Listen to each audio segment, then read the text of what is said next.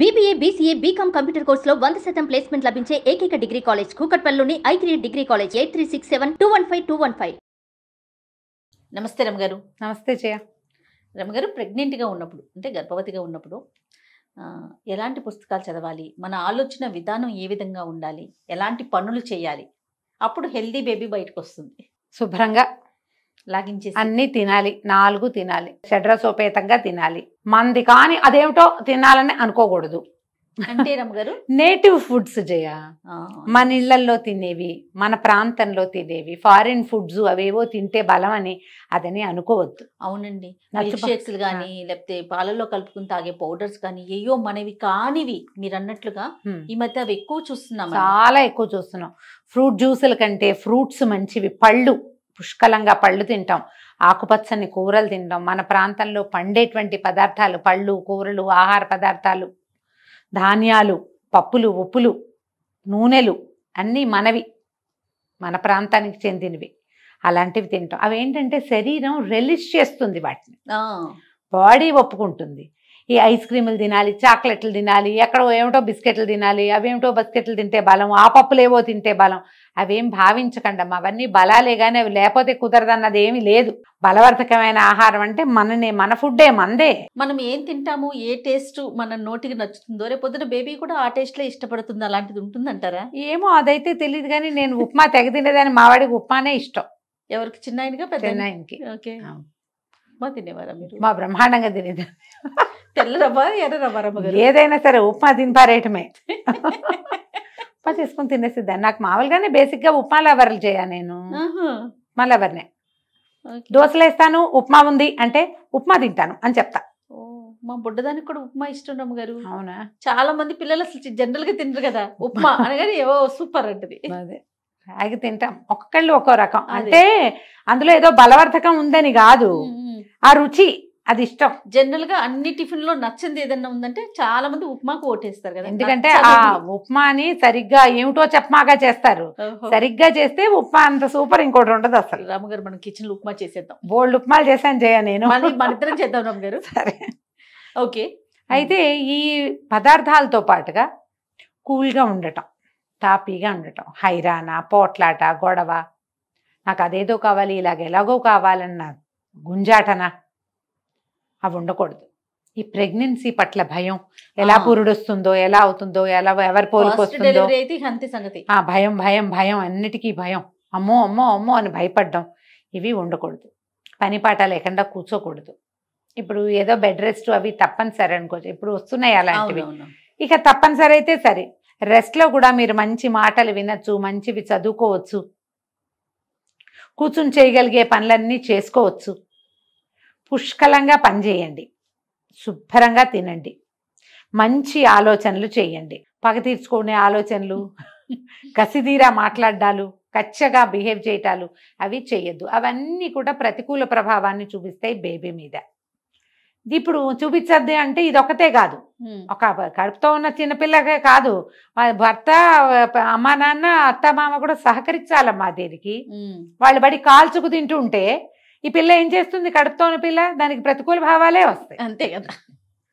నెల తప్పిన దగ్గర నుంచి మేమైతే ఇలా కాదు, మాకైతే అలా కాదు, మా రోజులో ఇది కాదని వెధవ కబుర్లు చెప్పకండి. ఎవరికైనా అదే కడుపు, అదే నొప్పి, అదే బరువు. కాకపోతే ఎవరి అనుభవం వాళ్ళది. ఒక్కోళ్ళు తేలిగ్గా ఉంటారు, ఒక్కోళ్ళు ఉండరు. మాకు అసలు మార్నింగ్ సిక్నెస్సే లేదు జయ, వాంతులు లేవు. ఒక్కొక్కళ్ళని చూస్తాం పూర్తి కన్సీవ్ అయిన దగ్గర నుంచి కనేదాకా పాపం వామిటింగ్సే. వాళ్ళు ఏమి సంతోషంగా, ఏమి హాయిగా ఉంటారు, వాళ్ళని సపోర్ట్ చేయాలి కదా. పొడి పొడిలాడుతూ ఉండి ఏ బాధ లేకుండా అన్ని పనులు చేసి, బండ్లు వేసుకుని తిరిగేసి, పైకి కిందకి ఎక్కేసి, ఇళ్లలో ఫంక్షన్లు ఉంటే ఆ పనులు కూడా చేసేసి, అన్ని పనులు చేసుకోగలిగే వాళ్ళు ఉన్నట్టే, ఏమీ చేసుకోలేక, ఏం తిన్నా కక్కేసుకుంటూ, కూర్చోలేక, నుంచోలేక బాధపడే వాళ్ళు ఉంటారు. వాళ్ళ స్థితిని అర్థం చేసుకోవాలి వాళ్ళతో ఉన్న సమాజం. ఇప్పుడు వీళ్ళు ఒకళ్ళే కాదు కదా. ఇప్పుడు నీకు చెప్తాను ఏదో మాట, నువ్వు ఒకదానివే చేస్తానంటే ఎట్లా? మొగుడు లేడా? ఇంకా పిల్ల జల్ల పైన ఉన్న పిల్లలు ఉండొచ్చు, అత్త మామ ఉంటారు, వాళ్ళంతా సపోర్ట్ చేయాలి కదా. అంతేగా. ఏ ప్రెగ్నెన్సీకి ఆ ప్రెగ్నెన్సీయే సపోర్ట్ చేయాలి సమాజం. ఈ కడుపుతో ఉన్న పిల్లలు సాధ్యమైనంత ప్రశాంతంగా ఉండటం, ఏదైనా మంచి మాటలు, పాటలు వినడం, పుస్తకాలు రఫ్ గారు చక్కటి పుస్తకాలు చదువుకోవటం, ఉమ్. ఏదైనా కృష్ణగాథలు, రామగాథలు లాంటివి మనకు చదవటం. తెలిసిన పుస్తకాలు అంతేనా? అంతే, రామాయణం, భాగవతం లాంటివి చదువుకోవటం. ఎక్కడో ఏదో భాషలో ఏవో చదువుకోవాలని అనుకోకండి. ప్రధానంగా ఏమవుతుందంటే జయ, ఇప్పుడు చెప్తాను, ఈ మాట చెప్పాలనిపిస్తూ ఉంటుంది.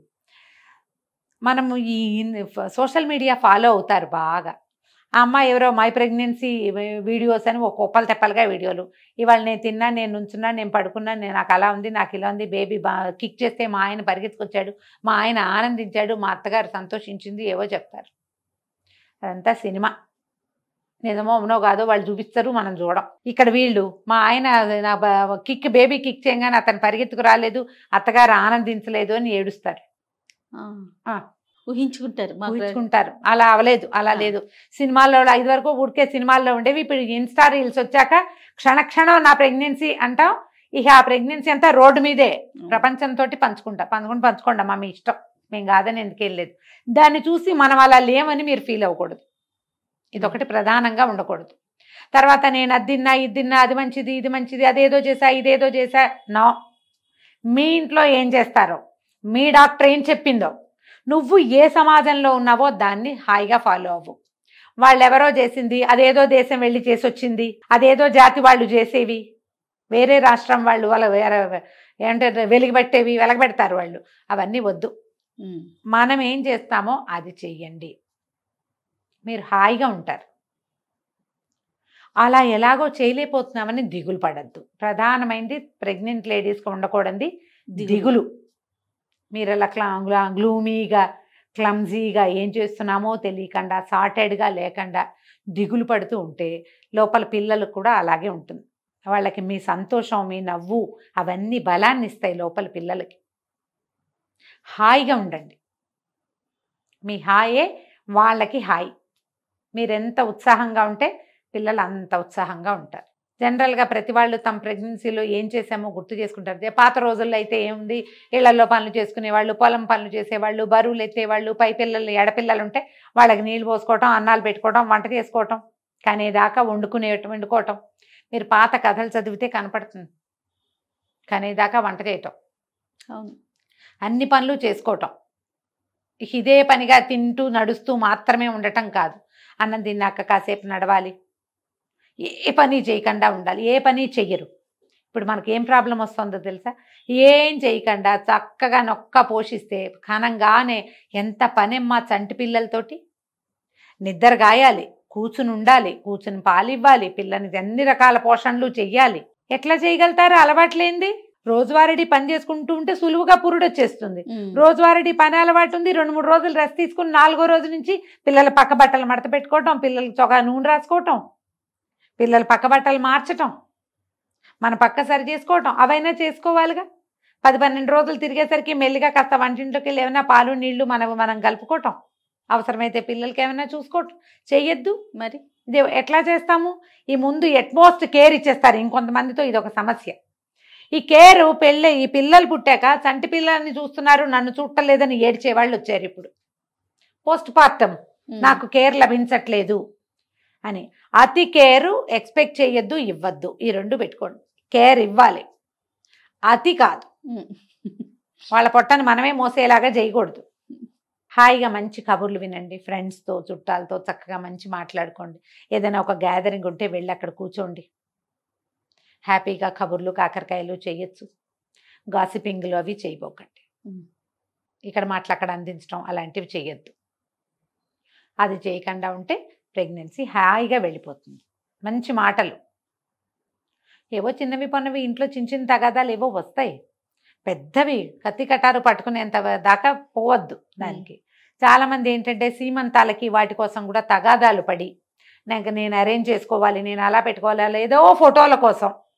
నిజమమ్మా, ఇవాళ రేపు అదే ప్రాబ్లంగా ఉంది. అదొక గొడవ. వాళ్ళు వద్దంటారు, అత్తగారు కాదంటుంది, మా ఇంట్లో లేదంటుంది, నాకు చేసుకోవాలని ఉంటుంది పిల్లకి, నేను గ్రాండ్గా చేసుకోవాలనుకున్నాను. ఇవన్నీ ఉంటాయి ఊహలు. ముందంతా పెళ్లి కూడా ఇష్టం లేదని చెప్తారు వీళ్ళు. పెళ్లి మీద ఆసక్తి లేదు, నేను రెడీగా లేనంటారు. పుచ్చుకొని పెళ్ళి అవుతుంది, నెల తప్పుతుంది. ప్రెగ్నెన్సీ మీద ఎన్ని ఐడియాలు వచ్చేస్తాయో వీళ్ళకి. ముందు పెళ్ళే వద్దన్నాంగా మనం, అలా అనిపించదు.